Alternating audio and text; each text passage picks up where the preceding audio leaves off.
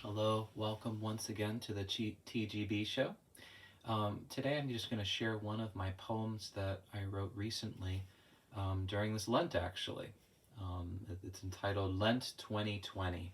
Many of you maybe have already read this one, but I thought it would be important to be able to speak it out. It comes from an experience, probably one of the most difficult experiences in my life, in which I had to close the doors of our church during this time of coronavirus. Just a terrible situation, terrible difficulty, and sort of feeling like a funeral director at the funeral of the Lord. And there were still some of the faithful that were there at that time, knowing that after that particular hour we would close the chapel doors, our adoration chapel, until further notice.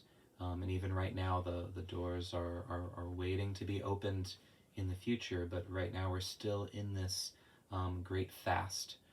So I encourage you to think about that image as this poem maybe speaks to your heart of that ache, and it definitely speaks to my own heart of the ache um, of having the church doors closed during this time.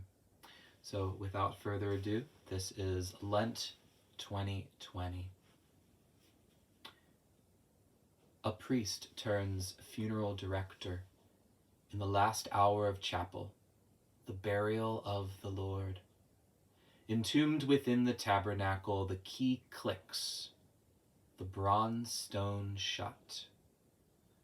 One by one, lights darken as Magdala and Mary remain, paying their last respects before the door closes and the night of sacramental sleep begins, the burial of the Lord.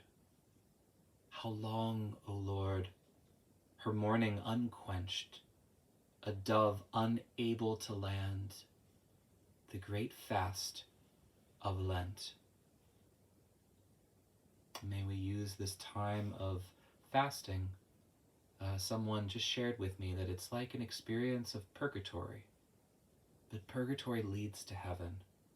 So just like the souls in purgatory aren't able to be fully united to the Lord, fully in communion, that they're sort of in this middle zone, and their heart is aching because they're so close. And yet that ache is purifying, because it's the love of the Lord that frees us from our selfishness, from just these ways maybe of taking the Lord for granted, treating him as a dead object, as our Lord would say to St. Faustina. This time, if you use it rightly and not fall into indifference and saying it doesn't really matter, because it does, we should have that ache that's there, but then also that it doesn't go into bitterness, but that we see it as an ache that purifies the selfishness within us, so that we can truly experience the Easter of receiving our second Holy Communion. If you think of First Holy Communion and all of the waiting and the joy that was when it finally came, think of this as, I'm waiting now for my second Holy Communion. God bless you all. Bye-bye.